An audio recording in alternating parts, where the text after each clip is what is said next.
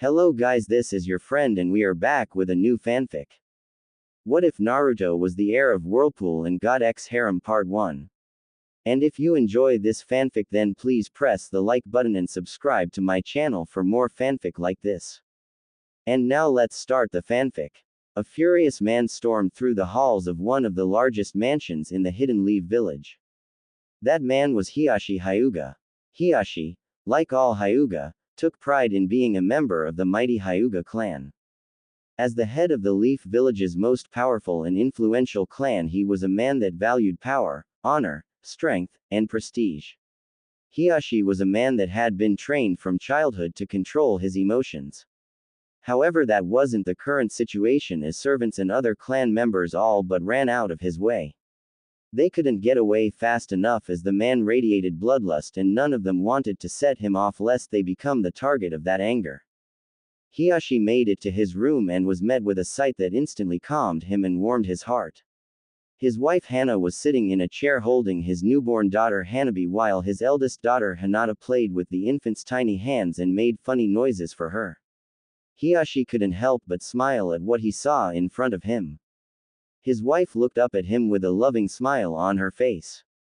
Seeing the look on her husband's face, she knew instantly that something was wrong. She looked at Hinata and said, "Hinata dear, could you go to the kitchen and ask them to bring some tea and cookies for us?" Hinata smiled and quickly left to do as her mother asked. Once Hinata left, Hana turned toward her husband and asked, "What's wrong?" Hiashi knew he couldn't keep anything from his wife, so he just told her, "I just came from a meeting with the clan council." After hearing the news, Hana's face grew grim. She knew if he was upset, then something terrible had happened in the meeting. "What did they want?" she asked. Hiashi looked at her, his expression stony, anger easily seen in his eyes. "The council has deemed Hinata unfit to be clan heiress. They have demanded that I name Hanabi as my heir and place the cage bird seal on Hinata and place her in the branch family." There was a silence that he knew wouldn't last. He was right. "What?" Hana screamed in a rage. "How dare they? Hinata is the firstborn and rightful heir to the clan. Hanabi is only 2 months old, how can they ask this?"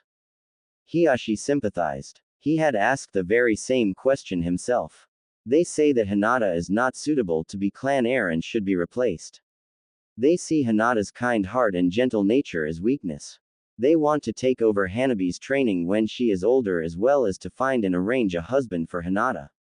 Hiashi was unable to continue because he was cut off. "They can't do that. Only we can arrange a marriage for her," she said. "I made sure to remind them. They said that if we are unable to find someone worthy of the clan, they will find someone for us." He said the last part with anger in his voice. "They want to rob my eldest child of her birthright and turn my youngest into an emotionless puppet. We can't let them do that," she begged him. "We won't," he said. "We can't change their decision on Hinata. If we try to fight it, I know they will do everything they can to pit them against each other." Hana knew he was right. She didn't like it, but it was exactly what the old fools would do. "But we can keep them from corrupting Hanabi. The Hyuga doctrine states that as her father I get to train her." Hana knew that much was true, at least. Even the council can't go against the clan doctrine. It's what had kept the clan together for so long, if only barley. "For Hinata, all we can do is try to find someone that will be a good husband for her," he said in a sadly. Hana walked to the part of the room where they kept the family pictures. She smiled sadly at the newest one. It was the one taken the day Hanabi was born. "I hear that Sume Inuzuka has been looking to arrange a marriage for her son. I guess we could talk to her," he said, trying to see how he could help his daughter. Hana was not really paying attention. She was still looking at her family pictures. It was then that another picture drew her attention. It was the picture of her Genin team. In the picture was a blushing Hana in the middle with a smiling Makoto Uchiha on her left. On her right, with her arm around her shoulder, was her best friend Kushina Uzumaki with a face-splitting grin. Hana missed her friend dearly. When she died, Hana had been devastated. It was then, as she looked at the picture of her lost friend, that the idea hit her. It was like her old friend was sending her a message. Yes, Hana knew what to do, and she would make sure to do it no matter what the cost. Hana, I know this is not what we wanted, but we have no other choice, he said. Hana turned to her husband with a smile. Oh, but we do. She said. Hiyashi didn't like the look on his wife's face. He knew that look meant trouble. What are you talking about? He asked, not sure he wanted to hear the answer. His wife said one word. Kushina. Hiyashi was puzzled. Your old teammate. What about her? He asked. His wife just kept smiling, which made him realize what she was scheming. No, he said in disbelief. You can't possibly be thinking of. Yes, I can. For too long I have been kept from keeping my promise to Kushina, she said with determination in her voice. The Fire Council will never allow it. We tried to adopt him and they rejected us like everyone else who tried. Arranging a marriage with him will be impossible, he said. I have no intention of asking for their permission, she said. Hiyashi looked more confused than ever. But he's a civilian. That means that only the civilian council can make decisions on his welfare, he said, trying to reason with his wife. Not if he's taken back to his family, she said in a serious voice. Hiyashi's eyes went wide as he finally understood what she was really planning, and he felt the unfamiliar grasp of fear on his heart. We can't. It's treason. If the Hokage found out, he won't be able to do anything once the Uzumaki get involved. She snapped. You think they will be able to protect us from being executed for treason? They will probably declare war on the Leaf if they find out we lied to them. He snapped back at her. He knew the Hokage would not just let this go. The third had gone through a lot to keep the boy's heritage a secret. The only reason he and Hana knew was because Hana had been there to help her sensei with the delivery of Kushina's child. The Hokage had told them that they couldn't reveal the child's heritage because it would put him in danger from his father's enemies. He said that secrecy was the only way to keep the child safe and lied to the village and the boy's family by telling everyone that both mother and child died during labor. The only few who knew the truth were sworn to secrecy under the pain of death. They won't. I know Kushina's family. They will help us, we just have to be careful how we let them know, she said. Hiyashi was not so sure. He knew the Uzumaki clan's reputation for ill temper.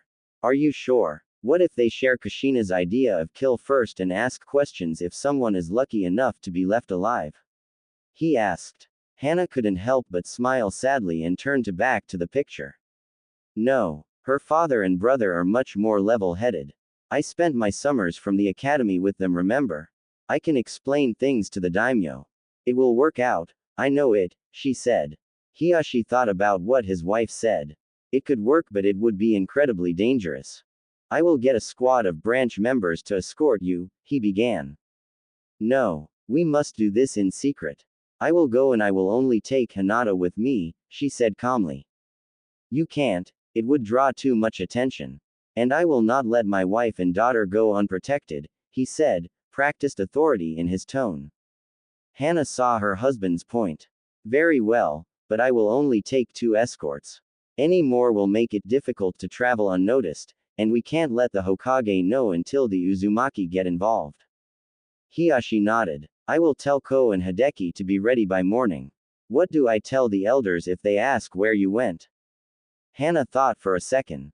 Tell them I'm taking Hinata on vacation to Moon Country, they won't think anything of it, she said. Hiyashi knew she was right. The elders would just think she was spoiling Hinata. Very well then, everything will be ready for you in the morning, he said.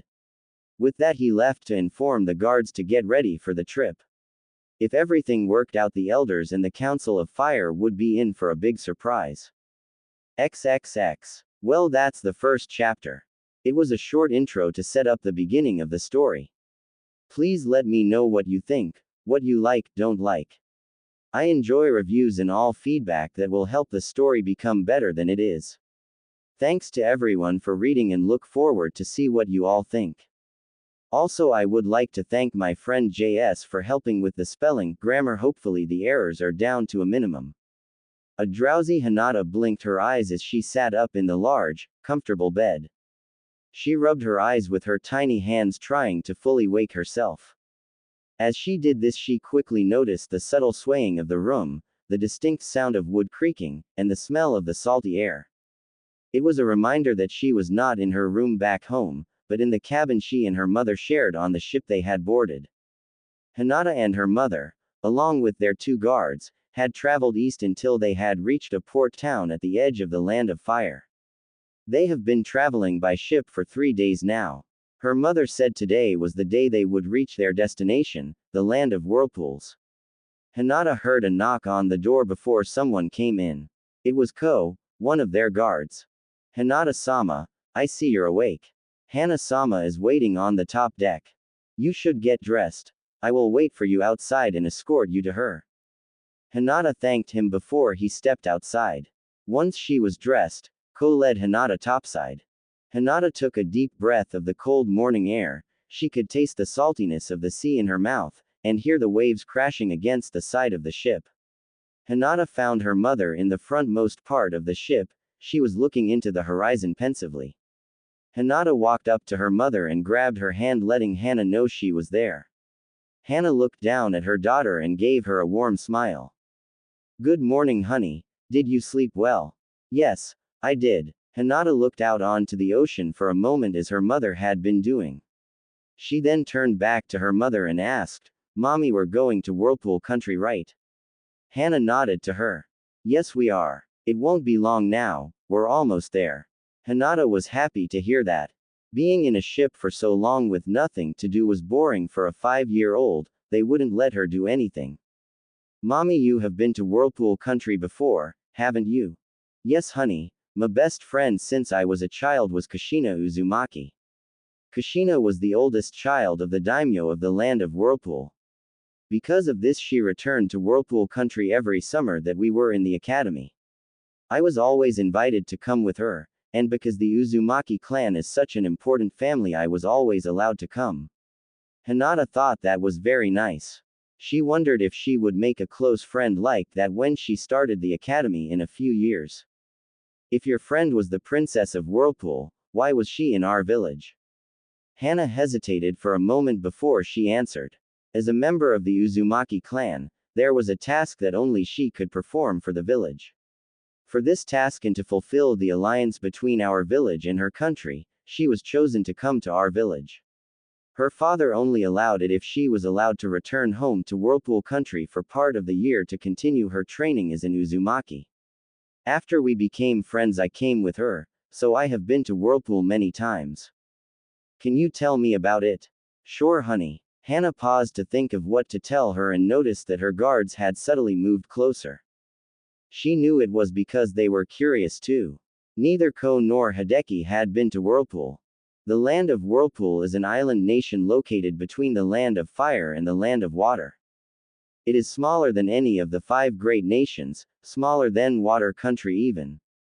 Hana began to remember the many things she had learned of the country her dear friend war born in.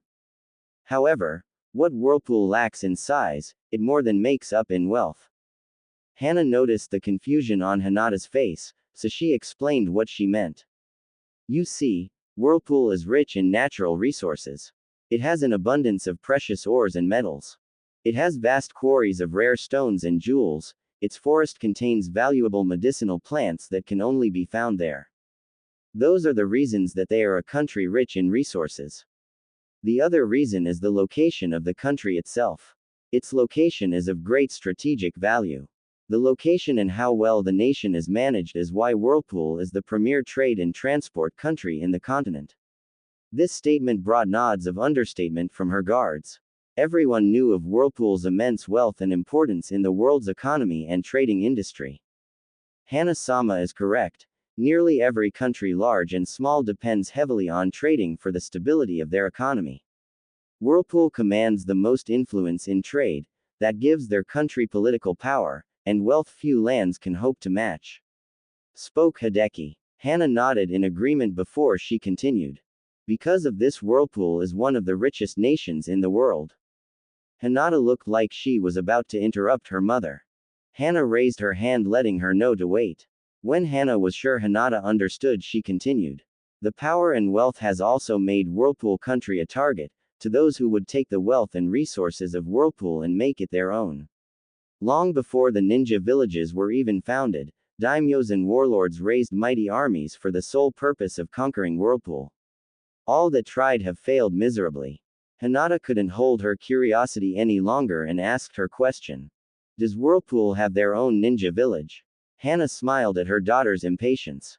Well, no, Whirlpool does not have a formal ninja village like we have at home, but they do have ninja.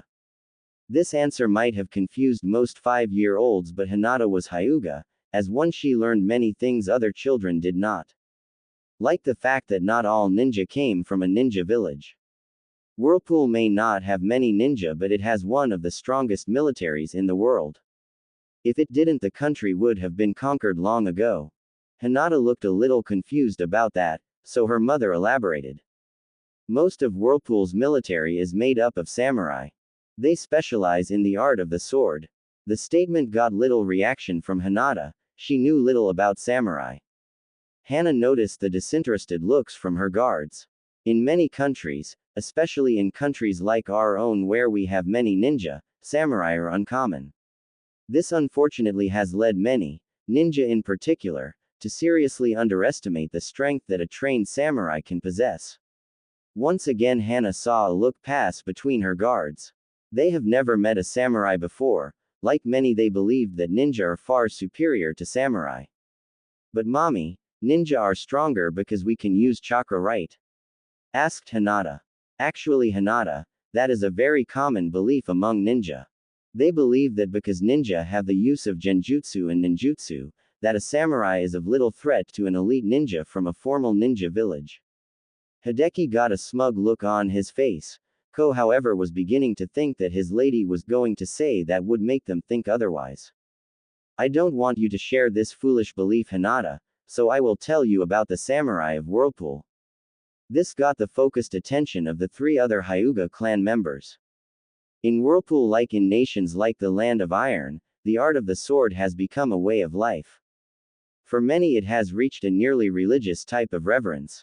Hana could tell her guards, Hideki in particular, wanted to comment on that but knew better than to actually do it. She knew why too. For a Hyuga who prides himself in his taijutsu, the use of any weapon is seen as weakness. Whirlpool samurai serve not only as bodyguards to the royal family but as guardians to their entire country. For this reason the samurai of Whirlpool have been named the Guardian Corps. Hinata thought they had a cool name and wanted to know more about them. Are they strong? As strong as ninja? She asked. Like ninja, samurai in Whirlpool go through an academy. They train since childhood to learn the ways of the samurai. A master samurai can be as strong, if not stronger, than any ninja, regardless of rank. This got mixed reactions from the Hyuga listening. Hinata was amazed that someone that couldn't use any jutsu can be that strong. Her guards looked almost insulted by the comment.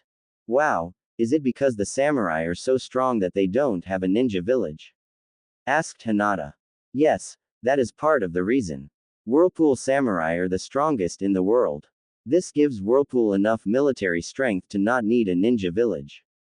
There are other reasons why a ninja village is not needed, but I would rather show them to you. You just can't understand them until you see them with your own eyes. Now do you remember that I said that while Whirlpool may not have a ninja village, they do have ninja, correct? Yes, I do, said Hinata with a nod. In fact, the royal family, the family that my friend Kushina was born into, is a ninja clan. Can you tell me about them, please? Asked and exited Hinata. Yes, I will. The Uzumaki clan is an ancient, noble, and powerful ninja clan, one of the first clans to learn the ninja arts from the Sage of Six Paths himself. Ignoring the astounded looks her listeners had, Hana continued. Like other clans, our own included, the Uzumaki have areas of the ninja arts that they specialize in. They specialize in 2 arts in particular, and they have mastered these arts to a degree that is legendary. Hana wasn't exaggerating. The Uzumaki of Whirlpool are infamous throughout the elemental nations. One thought in particular was shared anywhere that they are well known. Never piss off an Uzumaki. The first of the Uzumaki style of fighting is not surprising. They specialize in kenjutsu, the ninja art of fighting with a sword. Hinata thought that made sense. After learning how respected the sword was in Whirlpool, it made sense that the ruling family would specialize in fighting with a sword. The Uzumaki clan practices the hidden Mitsurugi Ryu, Flying Heaven Honorable Sword style, also known as the Sonic Blade Sword style. The secrets of the hidden Mitsurugi are well guarded. Even after seeing it up close for several years, I can only tell you a few things about it. Once again, Hana had their unabated attention. Mastery of the style allowed the Uzumaki to fight with superhuman reflexes. This allows them to be able to react instantly to almost any attack. Not only that, but they obtain a movement and action speed that renders most Dujutsu like the Sharingan and our Byakugan useless. This statement had both her guards with scandalized looks in their faces. Like most Hyuga, they believed that their all-seeing eyes were just that, all-seeing. The thought that there was a fighting style that rendered their precious bloodline useless was a horrifying thought. Finally, a master of the hidden Mitsurugi can decipher and predict their opponent's movements and attacks in battle, much like the Uchiha with their Sharingan. Except that the Uzumaki can't copy their opponent's moves, not that they have any need to. Hana remembered Kushina wiping the floor with several Uchiha and Hyuga when she and Hana took their Chunin and Jonin exams. Kushina may not have been a hidden Mitsurugi prodigy like her younger brother, but her mastery of the style earned her the title of Konoha's Red Death. She was known and feared by the enemies of the Leaf almost as much as her husband, the fourth Hokage. The second and perhaps most frightening skill of the Uzumaki clan is that they specialize in what is arguably the most difficult ninja art. They specialize in Fuinjutsu, the art of sealing. They have mastered it to a level of skill that none ever thought possible. Their skill in sealing is why the Uzumaki are feared by their enemies throughout the world. But mommy, can't everyone learn sealing? Well, yes they can. The basics are like any other ninja art, easy enough to learn. But unlike the other ninja arts, one can study Fuinjutsu their whole life and never truly become a master. You see, Hinata, the art of Fuinjutsu is like painting or sculpting or playing an instrument. You practically have to be born with the gift for it to ever become a true seal master. That is what's so scary about the Uzumaki. For generations they have been born natural seal masters, nearly all of them. The Uzumaki are able to master even the most complex types of sealing techniques. They can decipher, compose, alter, or even remove any type of seal. For the two Hyuga with a seal on their foreheads, thoughts of its possible removal couldn't help but pass by them. For one who grew up branded for a life of servitude, any thought of the possibility of freedom only occurred in their dreams. Hinata thought about what her mother said because it was her dream to one day unite her family. She hated that her family was torn in two, and that most of them were branded to be little more than slaves. The thought of freeing them from that fate was something that appealed to her, and appealed to her greatly. All three were brought back from their thoughts when Hana continued. The use of sealing in battle is one of the many reasons the Uzumaki are so feared in battle. The Guardian Corps samurai have special seals on their armor that protect them from chakra-based attacks. Like the snow ninja in the first Naruto movie, but with seals instead of machines. The seals make all type of ninjutsu and genjutsu utterly useless against them. Ko and Hideki understood that without the use of chakra, the advantage of ninja over samurai would be greatly reduced. They now realized that even their own fighting style would be useless against Whirlpool samurai. It's lucky that even with their famous temper, the Uzumaki rarely go to war. Only when foolish daimyos or cages try to take Whirlpool's riches does the Guardian Corps go to battle. To try and take Whirlpool is suicide, its defenses are impenetrable. Hana saw the confused, curious looks they all had and smiled. Don't worry, you'll see soon enough. You have to see for yourself to truly grasp how futile it would be for anyone to try and invade Whirlpool. Hana turned to look at the horizon. She knew they would soon be there. It has been years since she has been to Whirlpool. She knew her mission would be difficult. The Uzumaki lost all love for the Leaf Village when Kushina died. If not for Kushina's father's decision to simply abolish the treaty with them as well as banning all Leaf Ninja from his land, instead of going to war, the village would have been destroyed. Kushina had been loved by all of the people of Whirlpool. When word reached them of her death, They blamed the Leaf Village, and they demanded blood. Kushina's younger brother had amassed Whirlpool's armies, and was preparing a fleet to have them march on the Leaf. The Leaf Village was only spared that fate because Kushina's father let go of his grief long enough to settle his son and his people down. From then on, not only were Leaf Ninja banned from the country and the treaty abolished, Whirlpool ceased all trading with Fire Country. The Fire Daimyo had been furious with the village for that. It had been a devastating economical blow to the nation since they now had to go through other lesser and more expensive ways to trade for just about everything they imported to the country. For the last 5 years the Fire Daimyo had been trying desperately to gain the Whirlpool's daimyo's favor. He went as far as to offer one of his daughters for an arranged marriage with Kushina's brother. That offer was refused. Kushina's brother vowed never to marry again after his young wife and son were killed. Hana knew that coming to Whirlpool was dangerous. She hoped they could blend into the crowds and make to the people's palace before they were discovered.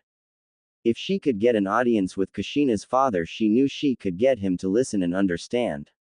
It would not be easy, but Hana would do what she had to for her daughter's future. She would do it not only for Hinata but for her godson too. She had been denied his adoption by the civilian council, and the Hokage had ordered her to stay out of the boy's life. It's too dangerous for him, the Hokage said. You were too close to his mother. His parents' enemies would find him if they found out your connection to him, he said. Well, Hana would not let the village treat her godson like trash anymore. In Whirlpool he will be with family, and people that will love him. Hopefully Hinata and he will be able to find happiness with each other. For that to happen she had to succeed in Whirlpool first. As Hana saw land appear in the horizon, she couldn't help but worry about what was soon to come. The sounds of the ocean waves and the songs of seabirds greeted the Hyuga when they reached the port. For the 3 members of the group that were there for their first time it was a sobering sight. It was one thing to hear about the amount of trading that Whirlpool did, but quite another to see the world's busiest port with your own eyes. The port that they left from Fire Country didn't come close to the one they just arrived in. There were ships of all shape and sizes. They had flags from many countries, not only from the elemental nations but from the southern and western continents as well. It was as Hana expected. After all, Luka Port is a hub of global trade and commerce. As the Hyuga group walked through the port town, Hana smiled as she saw Hinata's little head whipping from side to side trying to see everything she could. Hana had been much the same her first time, trying not to miss anything. There was lots to see, though not much different than most port towns. There were supply shops and inns, offices for trading companies and bars, restaurants, and stores of all kinds. If there was anything you wanted to buy or trade for you could get it here. As they walked through the town Hana felt Hinata stiffen slightly in her arms. She saw Hinata looking at a pair of Guardian Corps samurai patrolling the town. They were large men that wore armor reminiscent of the armor worn by the first and second Hokages, their katanas strapped to their sides. Hana held Hinata a little tighter. Don't worry honey. We'll be okay. We're almost out of town. Hinata simply hugged her mother tighter, her eyes never leaving the samurai. Hana knew the easy part was done. Getting to Luka was not the problem. What came after was going to be the hard part. As the group traveled down a busy main road she spoke to her group. Everyone, listen up, she said, getting their attention.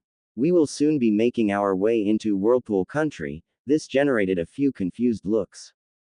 I thought we were in Whirlpool country, mommy, asked a confused Hinata. Well, technically we are honey. Luka Island is a territory belonging to Whirlpool, but the main island of Whirlpool country is up ahead. Why did we not go straight to the main island, Hana-sama? Would it not have been easier?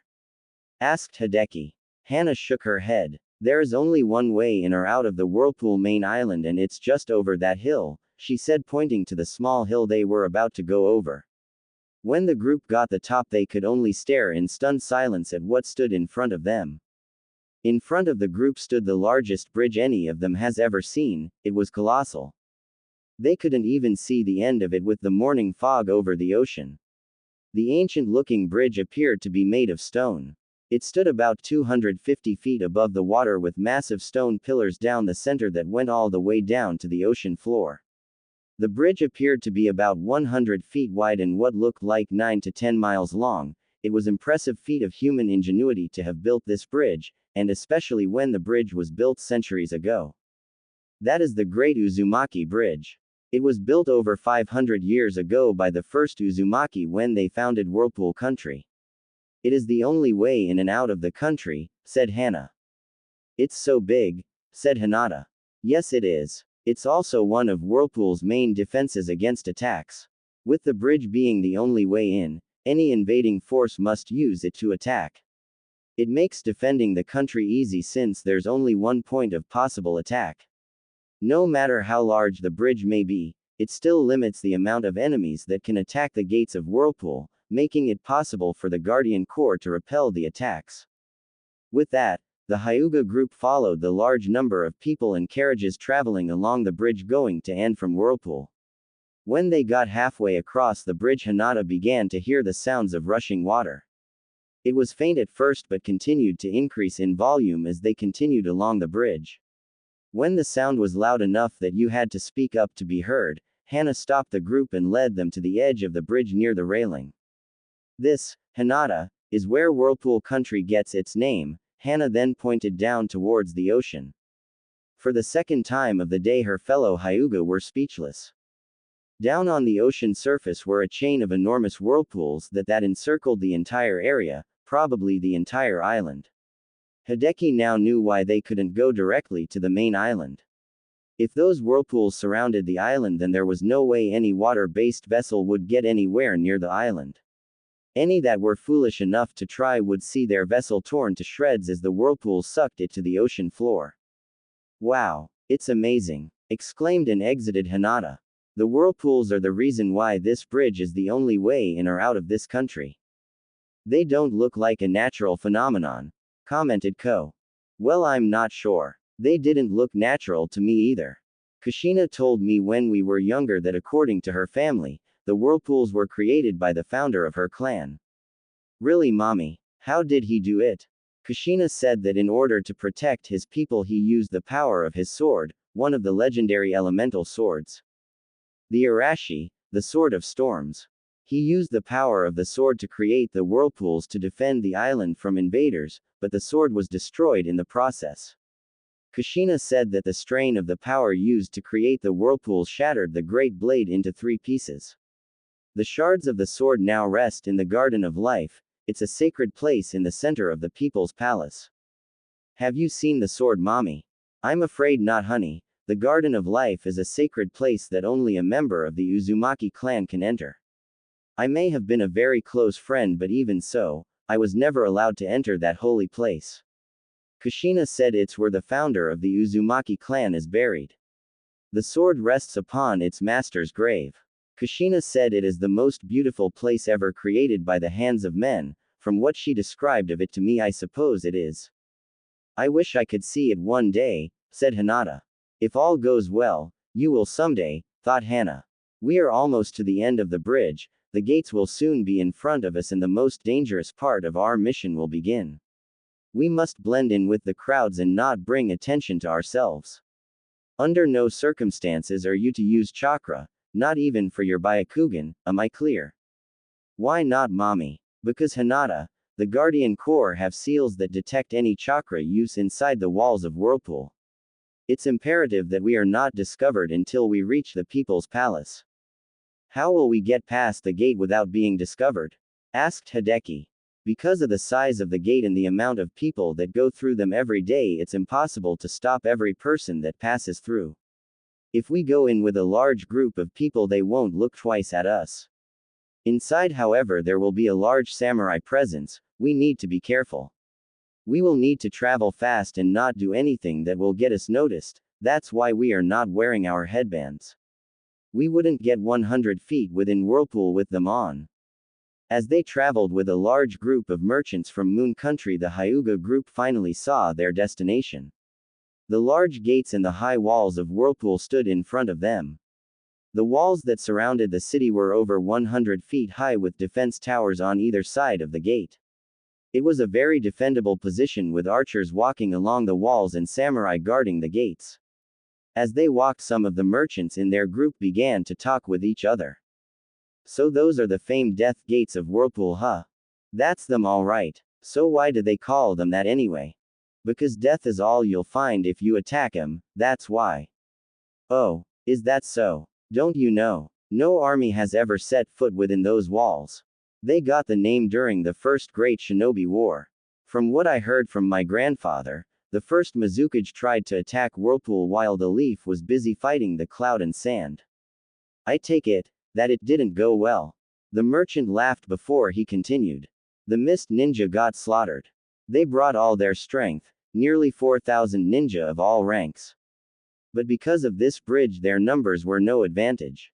With the Guardian Corps outside the gates and the archers raining arrows down on them from the walls, they could do little else but get killed. Didn't the ninja use jutsu? Oh, I'm sure they tried. But the walls and the gates are covered in seals that protect them from just about any ninjutsu. After 4 days and heavy losses from both sides, the Whirlpool daimyo activated the powerful defense seals on the gates. My grandfather didn't know what they actually did, but it ended with every single Mist Ninja dead. Every single one. Surely there was some survivors. Nope. They were killed down to the last man. Damn. Got that right. As they passed the gate, Hinata noticed that each of the massive iron doors had half of what looked like the symbol that was in the leaf headbands and on the ninja vests. Mommy, why does that symbol look like the one in our villager? Asked Hinata in a whisper. Because when our village was founded, it was with the help of the Uzumaki. We wear it as a sign of respect and of our alliance with Whirlpool, even if that alliance has not existed for 5 years. As the group left the gate plaza, they got their first real look at the city. Like everything else about Whirlpool so far, what they saw was greatly unexpected. Before them was a city larger than any other they had even heard of. The city was larger than the Fire or even the Earth country's capital, which was famous for its size. From their vantage point, they could tell that several leaf villages would fit within the borders of this single city.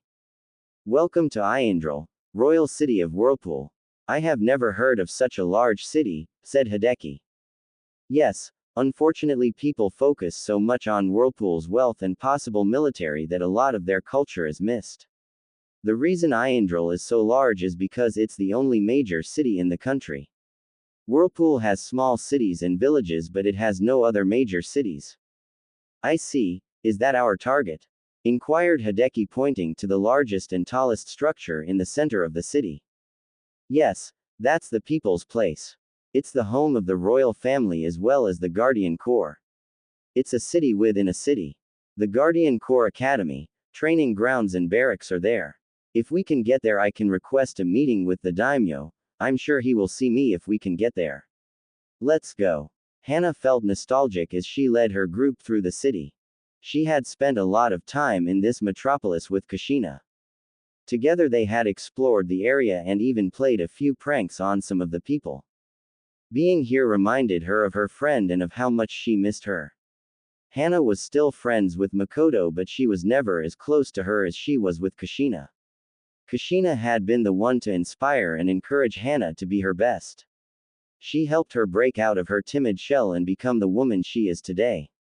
Kushina had been the sister she never had. Hana had been so busy thinking about the past that she was startled when Ko spoke to her. Hana-sama, we are being followed, he whispered urgently. Ko was right. It was subtle, but they were being followed. No matter where they were never out of sight of the samurai. The group walked slightly faster but discovered quickly that no matter where they went, their path was blocked. No, we are so close, we can't be stopped now, thought Hana. She was thinking of what they could do when they found themselves boxed in at an empty plaza. They had been herded there, now they were surrounded by samurai on every side. Ko and Hideki flanked Hana and Hinata and took their taijutsu stances, ready to fight. I suggest you stand down, Leaf Ninja, or we will be forced to subdue you, said one of the samurai. With an unspoken signal, all samurai unsheathed their swords simultaneously. Just as it looked like this was going to end in unavoidable bloodshed, a voice cracked through the air. Samurai, stand down. We do not draw our blades on women and children, a chill voice echoed from the shadows. Samurai parted, and from the shadows of an alley a man stepped out, keeping his face hidden from the leaf ninja. Unlike the other samurai, he did not wear armor.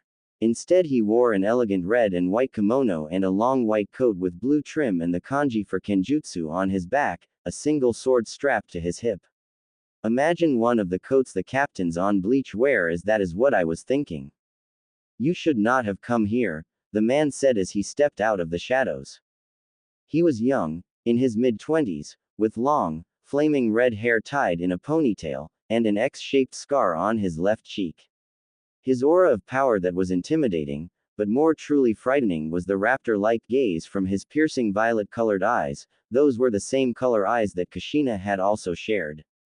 This was Kushina's younger brother, Kenshin Uzumaki, High Commander of the Guardian Corps. Only his father outranked him. One of the samurai stepped forward and spoke. Kenshin-sama, we caught these leaf ninja trying to sneak into the city. Yes, though I cannot imagine why they would even try, especially someone that knows our city so well. Hana knew that this would be the only chance she got. I came to speak to your father. My father has neither the need nor desire to speak to a leaf ninja. You came here for nothing. You don't understand. No, he said forcefully. It is you who doesn't understand. You are no longer welcome in this country. Be thankful that I don't use your trespassing as an excuse to attack your miserable village. Only because you have a child with you and what you once meant to my sister will you be allowed to leave in one piece. He then turned to the samurai that had spoken earlier and said, escort them to the port and make sure they are on the next ship out of here. I will not suffer their presence in our land. Yes, sir. It's about Kushina. Kenshin turned around in an instant and shot a death glare that made a shiver run down the spine of every Hyuga. How dare you speak her name in front of me? He said with killer intent, rolling in waves. Get them out of my sight. Now. As the samurai moved to grab them, Hana called out. The spiral still lives among the leaves. That stopped Kenshin in his tracks, as Hana had intended. Kushina would always tell her little brother that no matter how far from each other they were, he should always remember that as long as she lived he would always have family that loved him, and that the spiral of Whirlpool lived among the leaves. You have gone too far, Hyuga. If this is a sick trick, I swear on my life and the lives of my family that I speak the truth. It is the reason that I came to speak to your father. Kenshin stared into her eyes, probing for deception. After what seemed like forever, he said calmly, take them to my father. I will go ahead and let him know that you're coming. Without another word, he turned and left. Hana breathed a sigh of relief as they were escorted to the people's palace. XXX. Hana and the Hyuga had been escorted by the samurai directly to the people's palace. Without delay, she and Hinata stood in front of the doors to the throne room waiting to be let in. Ko and Hideki were being held as guests in another room. This was it. This is what they have come to Whirlpool for. Hana was confident that she could reach an agreement with Kushina's father, but was still very nervous, so much was rating on the success of this meeting. The daimyo will see you now, announced one of the samurai guards as he opened the door to the throne room. Hana walked in with Hinata next to her, holding hands tightly. She could tell Hinata was scared but was trying not to show it. Hinata knew how important it was to keep up appearances, especially in front of important political figures. Hana got a feeling of déjà vu as she walked through the room she had been in so many times during her youth. Like other times before, Kushina's father sat at the end of the room on an elegant throne of silver and gold covered with precious stones and jewels. It was the throne that every Uzumaki daimyo had ruled from since the founding of Whirlpool. Kenshin stood at his father's side. Unlike her brother, who had changed a lot in the 5 years since Kushina's death, her father looked exactly as Hana remembered him. Genryusai Uzumaki has the appearance of an old man. He looks much older than the third Hokage, though he is only older by a few years. He has the violet eyes commonly shared by the Uzumaki clan, and a long white beard that reached almost to his waist. His head is bald with 2 perpendicular scars above his right eye that suggested fierce battles in the past. He also has 2 long white eyebrows and wore a dark ocean blue kimono with a similar coat to Kenshin's. Ginryusai's long with coat had a red trim and the kanji for fuinjutsu on the back. It was the very same coat that had been worn by Kushina's husband, the 4th Hokage. The daimyo may look like an old man, but he, like his son, radiated an aura of power that couldn't be missed. Picture Captain Yamamoto from Bleach but with a blue kimono, and you have Kushina's father. Hana and Hinata kneeled down, and Hana said, "It is an honor to once again be in your presence, Daimyo-sama. Despite my grievances with your village, it is good to see you in my home again, Hana-chan," said Ginryusai in a grandfather-like tone. "It is good to be in your beautiful home once more. Yet you are not here for a visit, you said. We will get to why she is here, son, no need for rudeness." "But father." "Enough, Kenshin. I know the anger you hold for the leaf, put it aside for now." "Yes, father. Now perhaps you can introduce this lovely young lady with you. This is my eldest daughter, Hinata Hyuga. I recently gave birth to a second daughter named Hanabi Hyuga." "It is an honor to meet you, Daimyo-sama," Hinata said with a bow. "My, such polite young lady, it is nice to meet you too, Hinata. You are the spitting image of your mother at your age," he said, making Hinata blush. "Father, we have waited long enough." The daimyo sighed. "Fine, why don't you let young Hinata go and have a snack while we discuss our business?" Though Hinata was reluctant to leave her mother's side, Hana convinced her that it would be okay. Once she was escorted out by a servant, Hana turned to the Uzumakis and spoke. "I have come here without the knowledge of my village or my clan, with the exception of my husband. The reason for this is because what I have to say would have me and my husband executed as traitors to our village." "Very well. Nothing you say nor knowledge of your being here will reach your village. I give you my word as an Uzumaki," said the daimyo. Hana knew that what she was going to say next would either save her daughter or destroy her village.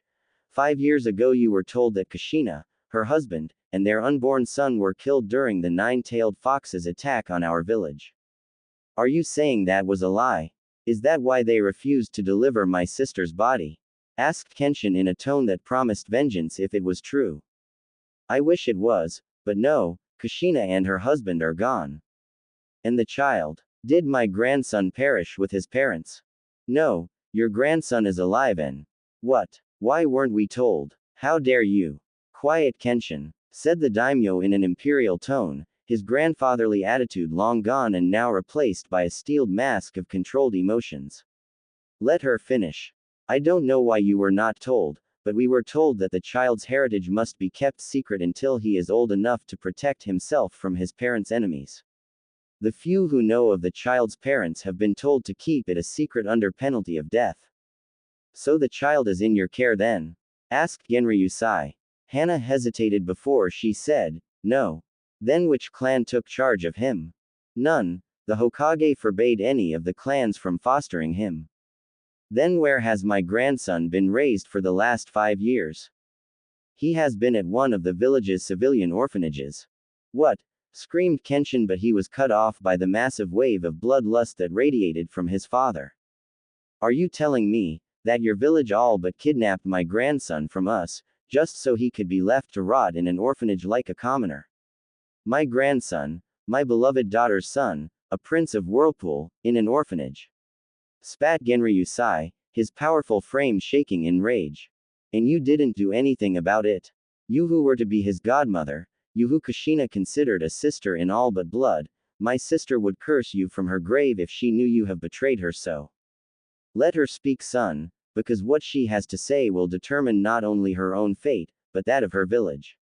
Now tell us, what reason could Sarutobi have to lie to us? Why would he risk the destruction of his village to keep my grandson hidden from us? I believe the reason he was kept from you was because in his last act, his father Minato sealed the 9-tailed fox within his own son. I believe that the Hokage knew you would demand custody of the child, and for some unknown reason he refused to lose him." "Some unknown reason? It's obvious that he plans on turning my sister's son into a weapon like the other villages do with their own Jinchuriki. If that's the case, then the Leaf Village will burn for this treason," said Genryusai. "Please, I beg you not to punish the village for the mistakes of our leaders. With all its faults, Kushina still loved the village with all her heart. She died to protect its people. To turn around and destroy it would be an insult to her sacrifice. You expect us to do nothing? Asked Kenshin incredulously. No, I also want my godson out of that horrid place. And I have a way to do it without bloodshed, she said, pulling out a sealing scroll. I have here a betrothal contract signed by myself and my husband, as well as by Kushina and Minato. My husband and I have never been able to make its existence known because of the Hokage. We can't call for it to be activated without suffering the Hokage's wrath, but if you demand it when collecting your grandson, he can't do anything about it or prove you had anything to do with it. Yes, we can say that my daughter sent us the contract for safekeeping. And now that we've discovered the Leaf's lie, we want the contract activated. Yes, you can demand his custody and activate the contract, which will form an alliance with the Hyuga clan. Yes, your clan and not the Leaf village. That will give my family protection from the Hokage. After all, he won't be able to retaliate against us without risking a conflict with the Uzumaki. Very well, Hana-chan, we will do it your way, for now. But if Sarutobi gives me reason to, I will punish the village for their treachery. Hana knew that with the Uzumaki it was as good as it was going to get. She agreed and began to tell them her plan. When she was finished and was leaving to get Hinata, Genryusai spoke to her. Hana, what is my grandson's name? His name is Naruto, Naruto Uzumaki. Naruto Uzumaki, a fine name indeed. Had been 3 weeks since Hana and her group had returned to the Leaf Village, and neither her clan nor the Hokage had any idea of what was coming. Hana was sitting in the garden of the Hyuga compound with little Hanabi in her arms while she watched as Hinata played with the flowers. Without Hana ever noticing, a figure seemed to materialize from the shadows of the wall behind her. An emotionless voice spoke to her. It begins today. Hana whirled around, activating her Byakugan. She tried to find the source of the voice, but the person had vanished. She knew what the person meant. It was why she was holding Hanabi closer than before. She knew the future of her family will soon be decided. Hana was confident her plan will work, but there was no way to be certain. It was out of her hands now. She had done all she could. All that remained was to wait and see what the future will bring. XXX. Hiruzen Sarutobi, third Hokage of the village hidden in the leaves, was sitting in his desk after finishing today's unusually small amount of paperwork. He was reading a small orange book written by his student without a care in the world, thinking his day couldn't get any better. Too bad fate was a real bitch. As Sarutobi was enjoying his favorite piece of literature, a loud knock sounded on the door and his little orange book vanished so fast that if you had blinked, you would have missed it. Yes, come in, he said as he assumed his Hokage pose. I thought I said that I was doing important business and was not to be bothered, irritated as his assistant came in. Lord Hokage, one of the Anbu you sent to the border patrols is requesting to see you. He said. It's urgent, sir. With a defeated sigh, the Hokage said, fine, let him in. Soon after that, the Anbu in question was kneeling in front of the Hokage. Lord Hokage, I have urgent news that you need to hear. As Sarutobi lit his pipe, he said, very well, report. My lord, as my team and I were performing a routine border patrol, we heard talk of a large fleet being spotted of the coast of Fire Country. The information didn't seem very reliable, but my team and I checked it out anyway. As we patrolled the coast near the Land of Waves, we did in fact spot a large fleet of ships anchored just off our coast. The Anbu hesitated, as if almost afraid to continue. We saw a large number of samurai mobilizing and preparing to march, so they were preparing to march towards the eastern road, which means their only possible target. As the Leaf Village, did you see who they belong to? And how many samurai are we talking about? How long till they reach the village? Sarutobi asked. In his heart he knew the answers but wanted to make absolutely sure. With a slight hint of fear, the Anbu answered the Hokage. The samurai bear the crest of Whirlpool. I don't have exact numbers, but I would say they are 2,000 strong at least, maybe more. Unopposed, they will be here in 2 days. Sarutobi calmly say his pipe down. I see. Contact every member of the council, tell them we have an emergency meeting. Sir, one last thing, the Batosai himself is leading them. I saw him with my own eyes, sir. Go. Now. The Anbu left immediately in a swirl of leaves. The Hokage snapped his fingers and a young-looking Anbu wearing a crow mask appeared in front of him. You called Lord Hokage? He asked in a monotone voice. Itachi, find the boy and take him to my home. You are to remain there until I say otherwise. Let no one see you, let no one anywhere near him until I get there.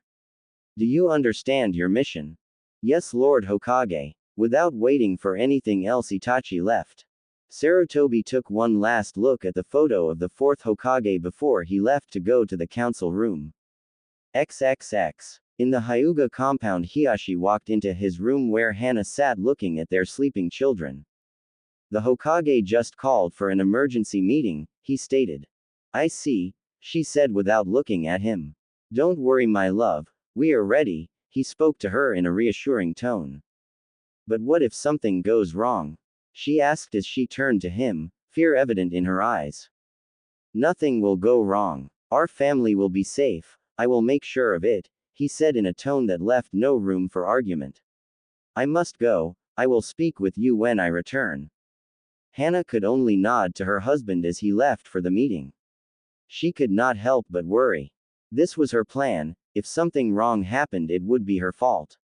She knew it was for the best, but that didn't make it any less nerve-wracking. XXX. The Hokage sat in the council room watching as the last of the clan heads and members of the civilian council arrived for the meeting. He waited until everyone was seated before finally addressing them. I have called you all here today to tell you that an army of samurai has landed on our eastern coast and it appears to be ready to march against us. If left unopposed, it will be here in 2 days at the earliest. That statement alone was enough to fill the room with screams, yells and arguments. The Hokage let them go on for a few seconds before he yelling, enough.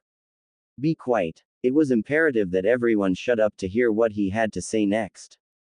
Once everyone did shut up, one of the Hokage's advisors, Danzo Shimura, spoke up.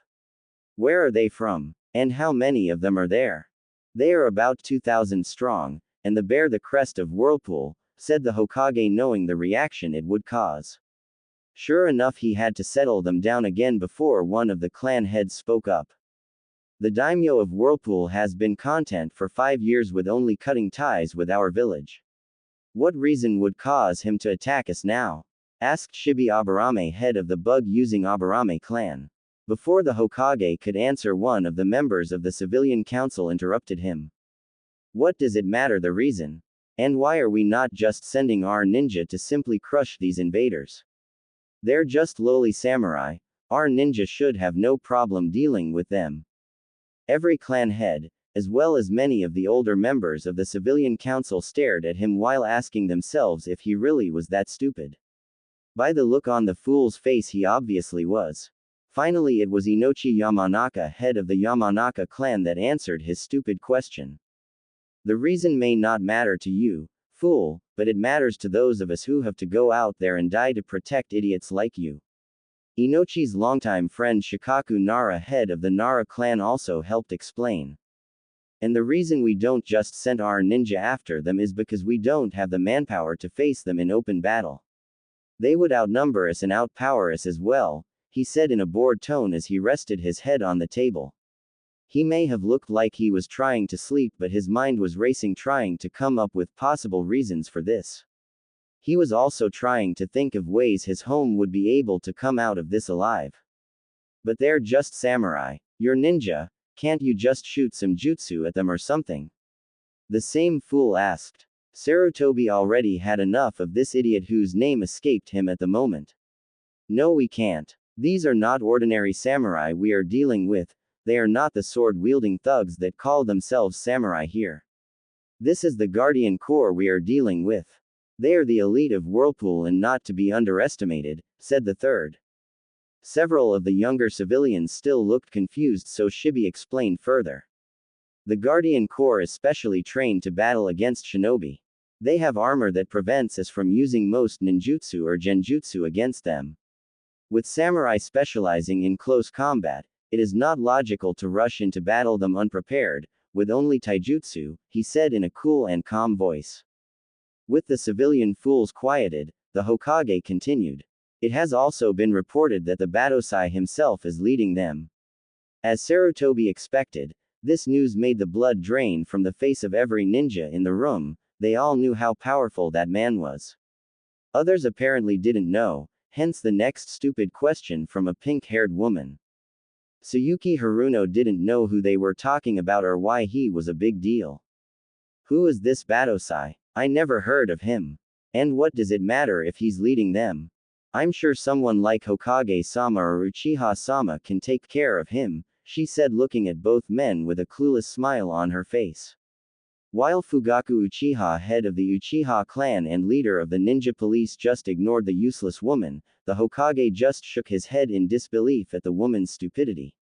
And for what seemed like the millionth time he wondered if his sensei, the second Hokage, was drunk or on something when he created the civilian council. I'm afraid that is not the case. I'm an old man, and if I'm honest with myself, I doubt that even if I was in my prime, that I would be a match for a member of the Roku Kyoshu, said the Hokage. Roku Kyoshu? Asked one of the civilians.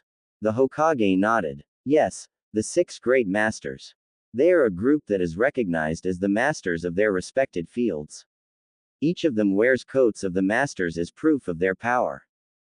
What do you mean by that, Lord Hokage? Asked another civilian. There are 6 coats that are said to have been made by the Sage of 6 Paths himself. He presented these coats to his original 6 disciples, each who specialized in one of the 6 great ninja arts: ninjutsu, genjutsu, taijutsu, kenjutsu, senjutsu, and fuinjutsu. Since the creation of the ninja arts, these coats have been passed down from master to master. There are only 2 ways for the coat and title of master to be passed down, either by the current master of a field to willingly pass the title, or by someone stronger killing the current master and claiming the coat by force. The seriousness of the situation finally sank in for most of the civilians in the room. And many were suddenly very scared. Surely we have someone that can fight him. We have powerful ninja, don't we? Asked a scared older man. Sarutobi didn't know if he should just lie to them. He decided to remain truthful and told them, the only one who might be able to face him would be Jiraiya. He isn't here, and we can't be sure that he can get here on time. It was an annoyed Danzo that spoke next. And whose fault is it that both our remaining Sannin are out of the village? If you didn't let them do what they. It wouldn't matter if he was here, came to regal voice of Hiashi Hyuga, speaking for the first time. As everyone's attention was directed at him, he continued. In all of his life, Kenshin Uzumaki has only failed to win one fight he wanted to win. Even then, his opponent was only able to fight him to a draw. This was news, even to the Hokage. Nobody had ever heard of the Batosai ever fighting to a draw. And who, pray tell, was his opponent Hyuga? For I have never heard of this, said Fugaku with a sneer. Hiashi stared at the Uchiha head with a mask of indifference and answered, I believe you have heard of him, Uchiha. After all, he was our teammate for years, but perhaps you remember him best as your 4th Hokage, said Hiashi as he fought to keep his mask. The Uchiha really pissed him off. The stunned silence in the room was broken by the Hokage. Minato fought the Batosai. When? And for what reason? And how is it that only you know of this? I know because my wife and I saw the fight with our own eyes. The reason nobody knows is because it is not common knowledge. And the reason they fought was for the hand of Kushina. They fought for Kushina's hand? Asked Sume Inazuka, head of the Inazuka clan. Yes. When my wife and I accompanied Minato to ask for permission to marry Kushina, her father said it was tradition for anyone wishing to prove themselves worthy of marrying an Uzumaki, to show it by proving their strength in mortal combat. Kushina's younger brother did not feel Minato was worthy to marry his sister and gladly volunteered to be the one to test him. They both fought with everything they had, and in the end the daimyo stopped the fight before they killed each other. Naturally, the daimyo gave Minato his blessing to marry his daughter, much to the frustration of his son. That revelation only really brought home for everyone in the room just how strong the man leading the attack against their village truly was. None of them could go toe to toe with the fourth, and they knew it. As Shikaku would put it, the whole thing was troublesome. Before further discussion could take place, a Chunin ran inside the room, getting everyone's attention. Lord Hokage, a group of samurai has been spotted a few miles outside the village. This surprised and worried several people in the room. They thought they had some time to prepare for the attack. How many? Asked the Hokage in urgency. 12 samurai are escorting a carriage. They are less than 3 miles from our northern gate. A carriage? Asked a council member. He was clearly confused. Yes, a carriage with the flag of Whirlpool and the royal crest of the Uzumaki clan. This had the council trying to figure out what it could possibly mean. Could it be a trick? Or some diversion? While the discussion was going on, a second Chunin came in the room with a note. He ran and gave it to the Hokage. After he read it carefully, he spoke to the room full of nervous council members. I received this note from our northern gate. It says that the carriage belongs to the Whirlpool daimyo. That caused a big shock. It was almost unheard of for the Uzumaki daimyo to leave his country. It says that he has requested a meeting with the Hokage and the village council. If we refuse, there will be no other chances for discussion until the leaf has been destroyed. No sooner had he finished than the room exploded into chaos. When Sarutobi had enough, he commanded their silence and order again, finally getting them to settle down. We will all go and meet the daimyo at the gate. After we greet him, we will all return here and try to negotiate peace with him for whatever he thinks we have done to him. Everyone out. We meet him at the gate in 20 minutes. As Sarutobi prepared to leave, a familiar Anbu appeared kneeling next to him. What are you doing here, Itachi? Where is Naruto? Forgive me, Lord Hokage, but I was unable to locate him at the orphanage. What do you mean? Where is he? Yelled a furious Hokage. It appears that the matron of the orphanage kicked him out last night for some reason. I didn't wait to hear what that reason was. The Hokage knew he should have fired the useless woman. She had just placed the entire village in danger with her ignorance and bigotry.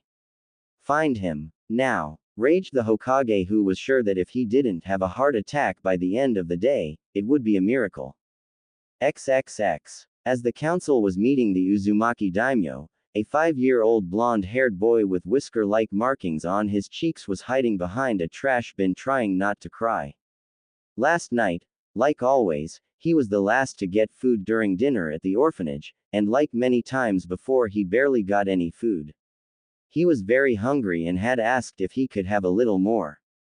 The matron had grown very angry with him and dragged him out of the orphanage. She threw him down the steps and told him to get out of there. She said she was tired of caring for a filthy demon that deserved to be dead. Little Naruto had spent the night in a box next to a closed restaurant. He had managed to climb up to the dumpster and get some of the food they threw out. When the sun came out, he had wandered around the village trying to find the nice old man that came to see him sometimes.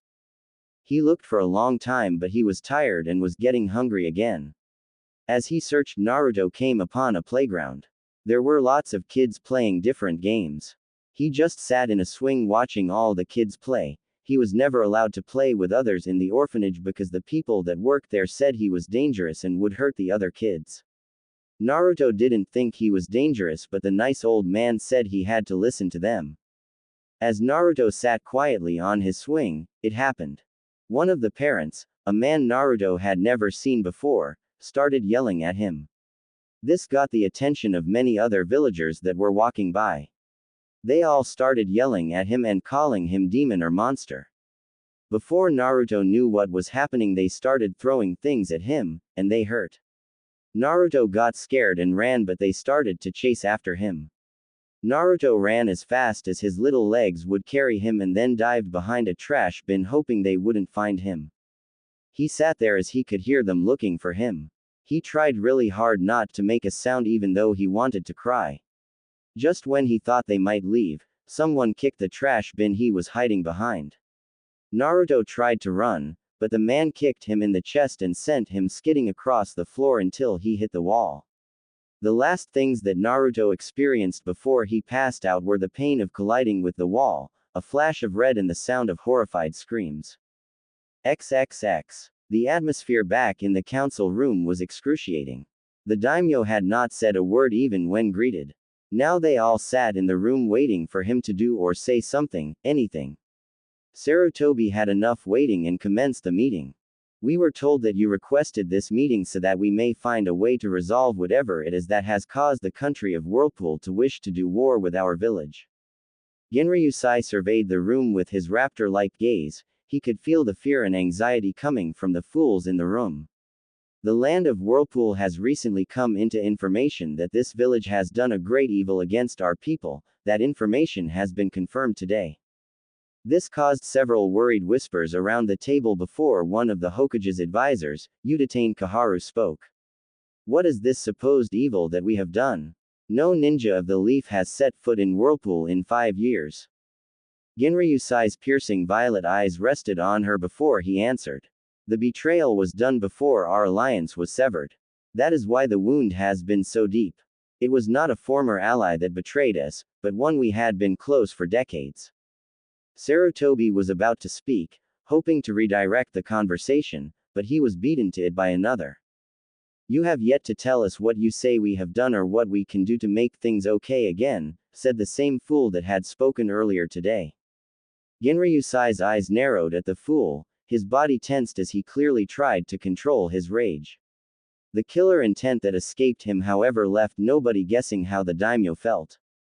Just as Genryusai gained enough control to speak, another voice spoke behind him. What you have done is betrayed the Uzumaki clan. And I hold the proof in my arms. As if materializing from the shadows, Kenshin Uzumaki appeared holding the tiny form of a blonde-haired boy. Sarutobi felt his heart stop when he saw the Badosai appear holding Naruto in his arms. He couldn't believe how bad things were right now. The Uzumaki apparently knew they had been lied to and now wanted revenge. He would be lucky if he could save his village from war now. This day just couldn't get any worse. Oh, how wrong he was. No sooner than Sarutobi had the thought, things get worse. What the hell is that demon doing here? Yelled the civilian idiot. Sarutobi thought he really needed to find out his name so he could punish the idiot later for the grief he's causing him right now. Unfortunately, this was followed by similar yells from the rest of the civilians. If Sarutobi ever found out who told them, Danzo, that Naruto was the vessel of the fox, he would make sure to spend a moth with Anko and Ibiki. The shouting was silenced by the wave of massive killer intent that was released from the combined effort of both Uzumaki. It was like nothing anyone in the room had ever felt before. Several civilians fell unconscious from the strain within seconds. Several of the clan heads were also having trouble staying conscious. If anyone ever calls my grandson that vile name again, I will personally remove their head from their body. Am I clear? Roared Genryusai, shaking with rage as he visibly placed his hand at the sword on his hip. Slowly the pressure was released, much to the pleasure of the members of the Leaf. Once the council had time to process what the daimyo had said, it was as Sarutobi had feared. Looks of shock and recognition were followed by shouts of anger and denial, mostly by the civilians, while most of the ninja turned to look at Sarutobi with either confusion, disbelief, anger, betrayal, or a mixture of all of them together. Silince. Genryusai was not in the mood to entertain these fools' tantrums. My son will explain why I call this child my grandson. Genryusai stretched his arms, calling for his son to give him the child. As Genryusai saw his grandson for the first time, he felt he would weep as he saw the boy's face. The boy may have his father's hair, but his facial structure was defiantly his mother's. Of course, once the initial shock passed, Genryusai noticed the cuts and bruises the little boy had all over his face and body. He was also clearly malnourished and weighed far less than a healthy boy his age should have. Genryusai felt his rage began to rise again before his son placed his hand on his shoulder, letting him know to calm down. It was a rare experience to be the one who needed to be calmed down, especially with his son of all people being the one to calm him. Kenshin glared at the room, letting them know to keep their mouths shut as he spoke. As you all know, The Uzumaki clan specializes in sealing techniques. As such, we have developed many specialized type of seals. One such seal is a blood analysis seal. This particular seal analyzes a person's blood down to the tiniest detail. With this seal we can know, among other things, without a shadow of a doubt if someone belongs to a specific clan or family. I used this seal on the boy. He is without question the son of my sister and her husband, the fourth Hokage. There was silence. Many of the civilians looked like they wanted to argue, but they were smart enough to know that if you called this man a liar to his face you would be likely to end up dead or missing some limbs. Danzo was inwardly seething. He had always planned to take possession of the boy and turn him into a weapon. He now knew it would be impossible with the Uzumaki taking him away. He had to figure a way to keep the fox boy in the village. If what you say is true, I can assure you that it was not made known to the council, he said, deliberately looking at the Hokage. Had it been known to us, he would have been treated as his proper station dictated. As the last heir of the Namikaze clan and the son of the fourth Hokage. Danzo mentally smirked. He knew that the only way to keep the boy in the village was if he was accepted as the son of the fourth. It was the only way the stupid civilians would want the boy here, and the only way the ninja of this village would fight to make sure it happened. The fourth Hokage was loved by all shinobi and nearly worshipped by the civilians. Yes, Danzo needed the boy to be recognized as the fourth son for his plan to work. Sarutobi knew that Danzo was up to something but had to follow his lead anyway. I kept the knowledge of Naruto's parents a secret for his own safety. Minato and Kushina made many powerful enemies, enemies that would have come after him in an attempt to get revenge on his parents by killing him. The village was too weak after the losses suffered from the attack of the fox. The only way to keep Naruto safe was to keep his identity as the last Namikaze a secret. Genryusai sent a death glare at the Hokage. My grandson would have been perfectly safe behind the walls of Iandral. You had right to keep him from us. I am sorry. I made a promise to Minato that I would make sure his son would be safe. Sarutobi felt older than ever as he realized that he had not done a very good job of watching over Naruto. I know I have made mistakes. I have tried to do my best, but I'm far from perfect. All that I can say is I am sorry for the mistakes I made, but I did what I thought was best at the time. It was a glaring Kenshin that answered Sarutobi. Your mistakes will cost you dearly. Look at how I found my nephew, he spat out, pointing to Naruto who was covered in cuts, bruises and dirt. I found him being attacked by a mob of your people. He's only 5 for Kami's sakes. Sarutobi's face paled at hearing that. Several of the ninja council looked pissed while Danzo was seething at the civilians' stupidity. It would be nearly impossible to get the Uzumaki to leave the boy here now. The Hokage tried to reassure the Uzumaki. I can you that those responsible will pay for their actions. They already have, and they paid with their worthless lives, said Kenshin in an icy tone. This statement drew gasps of shock and looks of fear from many council members. The Hokage didn't know what to feel. He was furious at his people that would attack a child but was greatly saddened by the loss of life of these misguided people. Why UK killed them? You had no right, started one of the civilians. I had every right. Kenshin snapped back. Any attack on the Uzumaki clan will be paid with the blood of those responsible, remember that, he said looking directly at the Hokage when he said it. Sarutobi was about to respond when Danzo cut in again. While the incident is an unfortunate one, I believe it's best that we place it behind us. And I can give you my word that the council will make sure that the young Namikaze heir has 24 hours Anbu watch from now on. Before Kenshin could respond to the bandaged man, his father spoke. I can you that your Anbu won't be necessary as my grandson won't ever set foot in this village again. Danzo however was not deterred. He is the son of the fourth Hokage and heir to the Namikaze clan, he belongs to this village. He belongs to this village. Raged Genryusai as he stood from his seat, a vengeful aura almost visible around him. Kenshin very noticeably placed his right hand on the hilt of his sword as he glared at the council. Sarutobi couldn't believe how poorly this was going. At this rate a fight was going to break out and he didn't have delusions that they would win that conflict. Perhaps eventually his ninja might be able to wear down the Uzumaki. He had some powerful jonin after all, but the damage 2 members of the Roku Kyoshu would inflict on the village would be devastating. With their samurai on the way, Sarutobi knew he had to prevent a fight with the Uzumaki. Please forgive Danzo for his foolish mistake. He obviously misspoke and meant that Naruto belonged in this village. After all, it's what his parents wanted. They both wanted their son to be a ninja of this village, or would you really deny your daughter's and her husband's last wish? Asked Sarutobi. While Danzo was pissed that Sarutobi made him look like an idiot, he had to give him some credit. Playing at the Uzumaki's honor was smart. No way would they deny the last wishes of Kushina go unfulfilled. I'm afraid that at this moment I have no choice but to ignore my daughter's wishes, said Genryusai. I do not trust your village with the safety of my grandson. Damn this stubborn fool, thought Danzo. Then he had an idea and went for it. You don't have a choice. International law states that the father's clan has the higher claim to the child. Now that it is known he is the son of our greatest and most beloved leader, this village will fight for him if necessary. Both Uzumaki mentally smirked at this. This was exactly what they wanted to happen. If it's a call for war that the Leaf wants, Whirlpool will be happy to answer. For 5 years I have held my people back, but no longer.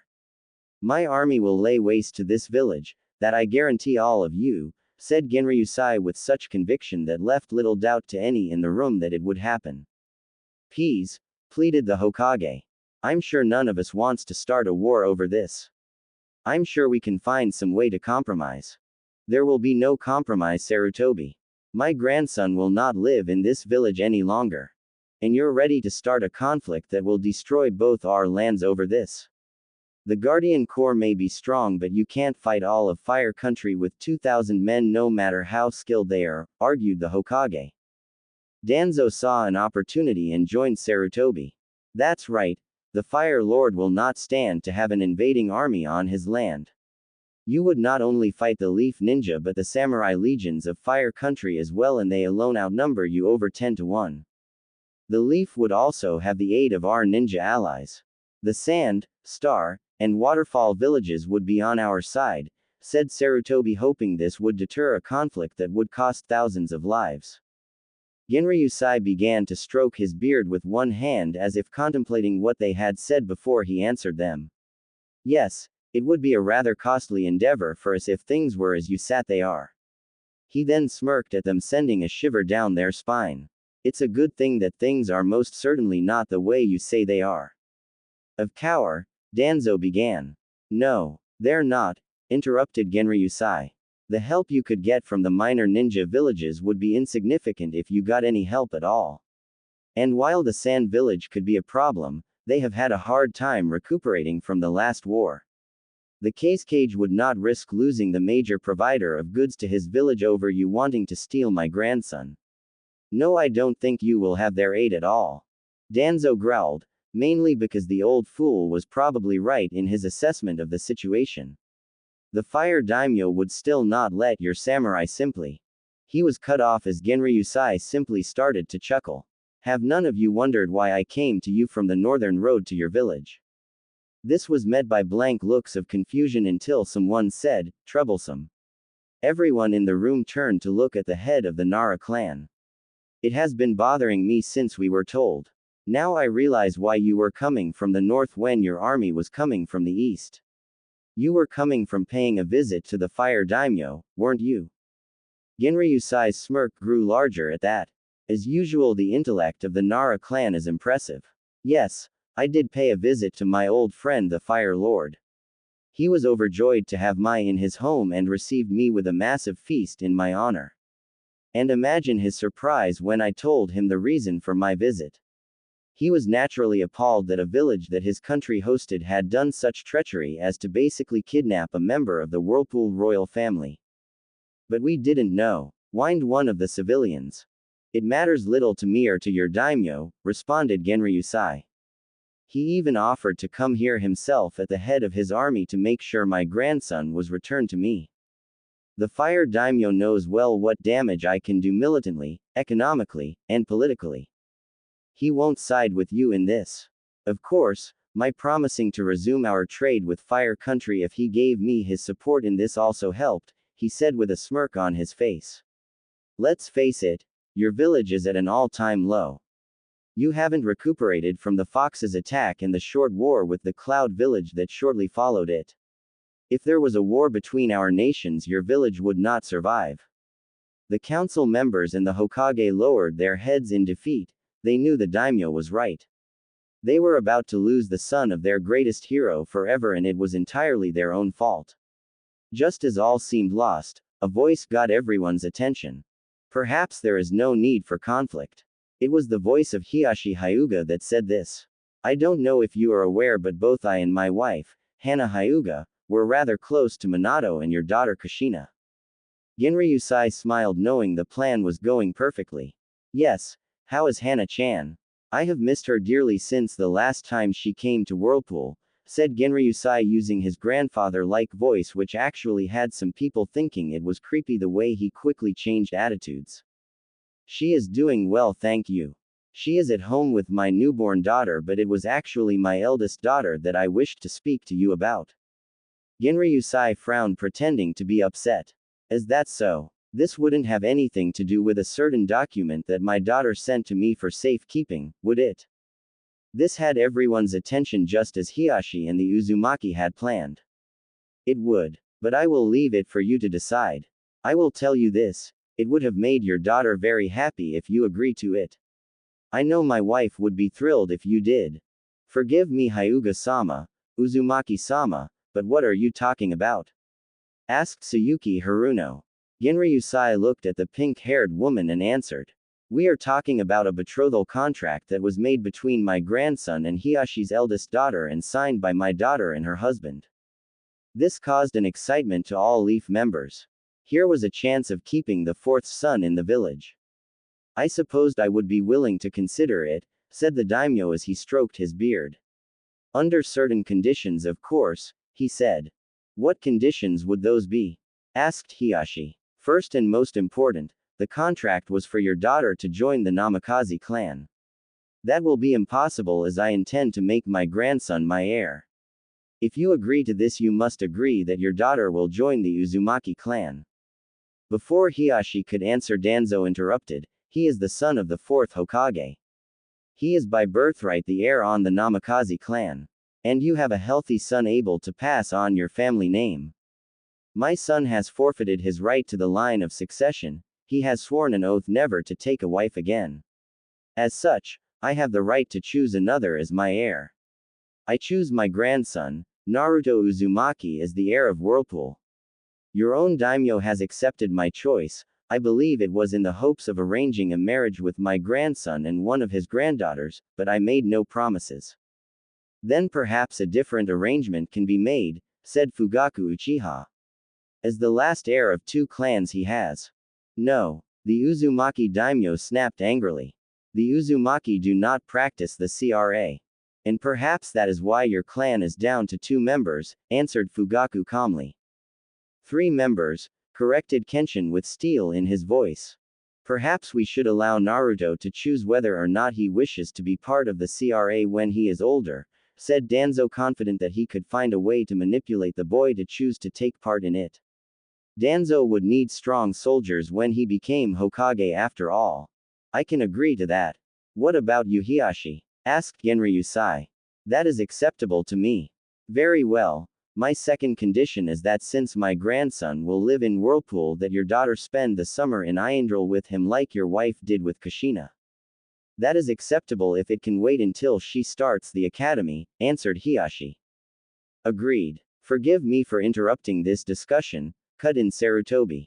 But I believe it's only fair for young Hinata and both of Naruto's parents that he too spends some time in the Leaf Village. It was both of his parents' wishes that he became a ninja in the service of his home.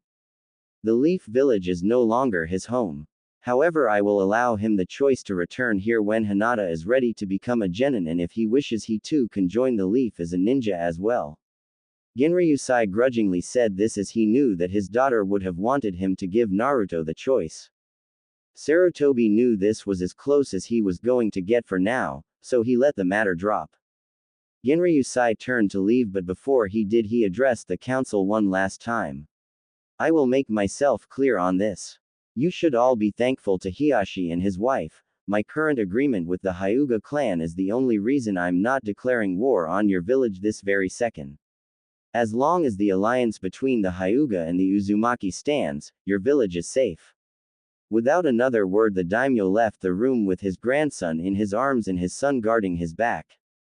Hiyashi mentally smiled at how perfectly his wife's plan had worked. Not only was his village safe and his family protected, but his wife's godson was with his family.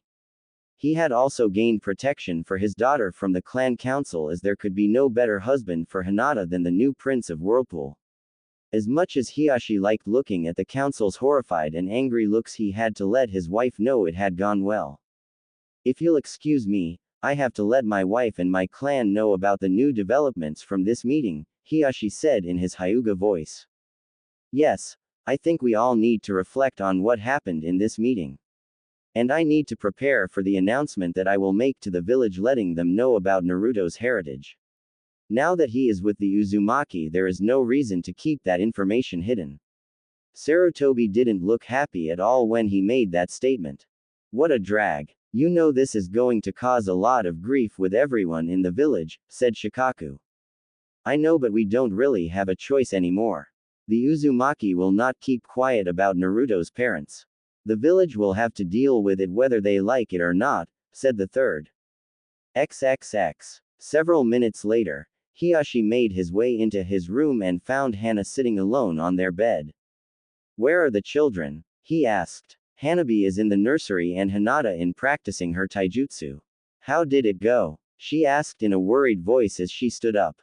Hiyashi actually had a huge smile on his face as he wrapped his arms around his beautiful wife's waist. It all went perfectly, just as you planned. Naruto is with his family, the council and the Hokage can't do anything about it, and Hinata is now his betrothed. Hana wrapped her arms around her husband's neck and kissed him hard. That great. When do we tell the elders? And Hinata, when does she meet Naruto? I will tell the elders the news in a meeting tonight. Hinata, I think we can wait to tell. I think the daimyo wants some time to get Naruto accustomed to the life in his new home before Get tells him about his responsibility to Hinata. My guess is that Genryusai wants to wait at least 2 years until just before Hinata starts the academy until we tell them about their arranged marriage. Yes, I suppose that's for the best. At least our daughter gets a couple more years to just be a little girl. I'm very happy that all went well. All we can hope now is that the children can find love with each other. Hana's voice then turned from happy to one with worry. What about the cage bird seal? The elders will want to place it on Hinata immediately. Hiyashi's smile grew to a full-out smirk. Don't worry about that. I have some bad news for the elders if they think they will be placing that abomination on my daughter. I was unable to do anything for my brother or his son, but I will save my child from that fate. Hana hugged her husband closer. She knew how much it pained him that his brother had sacrificed himself for him. Hana thanked Hizashi for the sacrifice every day. She had done her best to help Neji, but every day the boy grew colder and more he spoke about fate. Hana would have to try harder to help her nephew, not only for him but for her husband as well.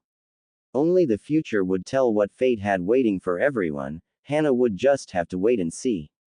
XXX.